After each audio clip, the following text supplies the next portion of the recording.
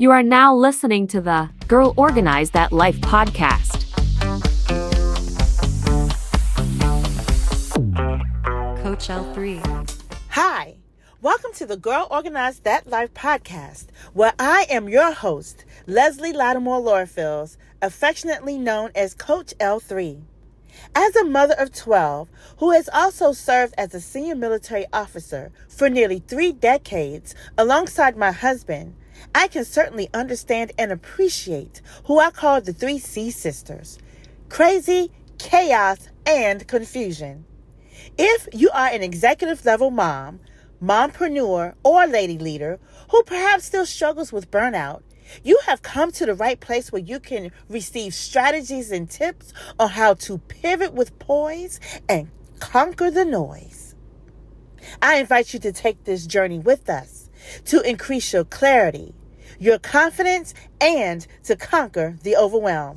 Hope to see you there. Coach L3.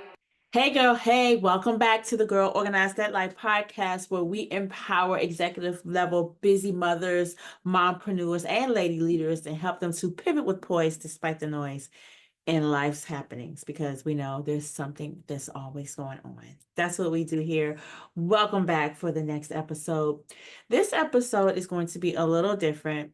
One thing that I coach in the space that I coach in is having structure, teaching predictability, accountability, that type of thing. But for today, we're going to go off script. And this is from a real life situation that I just experienced. And I wanted to take this time to share it with you all, because it's not always about everything being just so. Part of helping you to pivot with poise is being able to share real life things that really happen, even with the podcast host and the coach.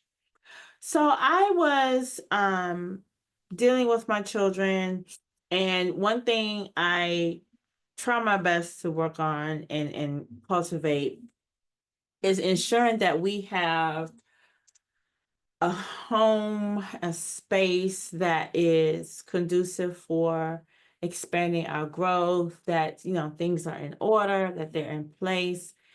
And we have a very, very busy home. And my husband said something to me today that really resonated. And he was like, babe, you don't give yourself enough grace, right? He said our kids are doing some amazing things. And the backdrop is I was a little frazzled earlier because I went upstairs on our second level and I saw nothing but chaos. And I like, oh my gosh, I blew a lid. Let's keep it real. We're gonna keep it so real here. That's what we do. This isn't just about sugarcoating. This is about real life and sharing. So I wanted to share this with y'all. So I did. I blew a lid and I fussed my children out so bad. They probably like, this lady is off her rocker. I was. And I had the opportunity to talk to my husband, who is the only person really that can kind of talk me off the ledge, I should say. And he was able to help me to center, which I'm so grateful to him, for him to be able to do that. And that's when he was explaining, like, babe, you don't give yourself enough grace. He says our kids they're doing amazing things, which they are, and we're not going to have it right all the way across the board all the time. And that is so true. And why I'm choosing to share this with you ladies is because we all can hit a crossroad, an intersection where it's like, ah. And so in the moment, if we do not have the capability of centering ourselves, which is something that we talk about here, when we talk about breath work, and I actually had to take some deep breaths and but to ensure that you have a community around you, that you have support and supportive people around you that can help to bring you back in. So I was talking to him and he was explaining to me, hey, Give yourself some grace. We cannot be on 10 all the time. We can't. And it kind of goes back to that disease of perfectionism that we talk about here too at Girl Organize That Life, that we have to leave that disease of perfectionism alone. And I just was talking about this when I was having my watch party for the summit. And I said that we have to leave that alone. And that if there's something that's in you that needs to be birthed, that you're sitting on, that you need to do, if you look at perfectionism, you'll never get it done. Well, the same thing rings true when you're dealing with your children. So I actually apologized to one of them and I said, I'm so sorry for yelling, but I really need your help. And I noticed too, when I said that, my baby calmed down and it was like, okay, mom, and from that point on, whatever I needed to be done, they did it. And so I'm sharing with you all that this was not the original subject for this episode, but it's what's needed in this moment because it was a moment that I had and I had to pivot and I had to do it quickly because you don't want to like traumatize your kids or you don't want them feeling like, oh my gosh, but you want them to know that you are serious about your rules and what you hold. And this rings true whether if it's your children, the job, whatever, whomever you're dealing with, if you have kids, if you don't have children, this rings true for everybody, that there will be times where you may end up frazzled or so you feel. And so we have to activate those strategies of breath work. We have to activate those strategies of affirmations. We have to activate the strategy of saying, where is the silver lining, even in the moment? Fast forward, I came down to collect myself and get some other things done. And I was scrolling on social media, just kind of taking a breather and then thinking about, whatever I needed to do, if I needed to post something on social media, content or what have you. And I came across a page of a gentleman I'd never seen before. Just for whatever reason, he was in my timeline. And he had this song playing. It was a gospel song that was playing. Basically, soliciting, Lord, help me. If you don't do it for me, it won't be done. Please do it for me. The words, paraphrasing a little bit. And I noticed underneath he had his daughters and he handed his daughter a Pandora gift box. And the one daughter opens up the gift. And then there's another daughter sitting behind her. And if you're looking at the reel, you're going to think that he's talking about the first daughter that's opening the gift, but he was really speaking about the second daughter. And the story is, after I look down, I see the dove, and normally when you see a dove, it means somebody passed away. So I said, oh my gosh. So I began to read the comments. And lo and behold, he was talking about his oldest daughter that was sitting behind the first daughter opening the gift. And in that moment, I said, oh my gosh, I have never heard of this man. I've never seen this man. I don't know who he is. But when I tell you, I could feel his pain through his post. Or I can empathize. Let me rephrase because I don't know what it is to lose a child.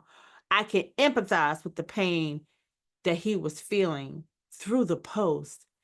And in that very moment, I said, Leslie, you have all of your babies upstairs. They are safe. They are sound. They are whole. They are healthy. They are here. Pull back. Pull back. And though I had already brought myself down from the frazzledness, and my husband also brought me down from the frazzledness, reading that post today said, I need you to look at the big picture. And that is what this episode really is speaking about. Look at the big picture when something is off kilter. Look at the big picture when it seems like, oh my gosh, Becky, that it is not working, that you have all the plans in place and you have all the strategies in place and you have everything lined up and you've poured your heart and soul into setting parameters to make sure that your situation, circumstances, your day, whatever, your operations, that things are going the way that you planned it to go. But you got to realize that sometimes there is going to be a monkey wrench. And when you have a monkey wrench that's going to mess up your plan or mess up your goal or mess up your vision or whatever it is, what do you do? What do you do? I want to encourage all of us to really lean in on looking at the big picture. Because all of the pieces of our lives, they are part of a puzzle. And when you put the puzzle all together, it is a beautiful picture. But sometimes when you're dealing with pieces of the puzzle, you can't see the big picture yet because you're dealing with the pieces. Just know that when the pieces all come together the way they're supposed to, my goodness, and not forced, but the correct piece goes with the other piece, and you continue to put the pieces together, eventually you're going to have a beautifully made big picture. And think about another way as you're looking at the big picture. Think about another way, a regular picture that you took with a phone. When you blow the picture up, inside you have little squares that's called pixels. And when you blow it up out of proportion, my goodness, when you blow it up out of proportion, depending on how the pixels are, the pixels makes the picture look blurry and distorted. But when you put it back together properly and the picture looks clear, even when that happens, those pixels are still there. But each pixel put together properly makes a beautiful picture. Are y'all following me? Are you picking up what I'm putting down today? And so I had to realize in the moment that even when your children are not in compliance, even when the job is not going the way it's supposed to go, even if your paycheck or your bank account looks funny after you've done this amazing thing and you're thinking, oh, I'm going to have relief soon. Even if the dogs are barking loud and they don't even know why, look at the big picture. Are you healthy? Are you whole? Are you safe? Are you well? Are you in your right mind? Do you still have room to make impact on other people? Are you still here alive in the land of the living?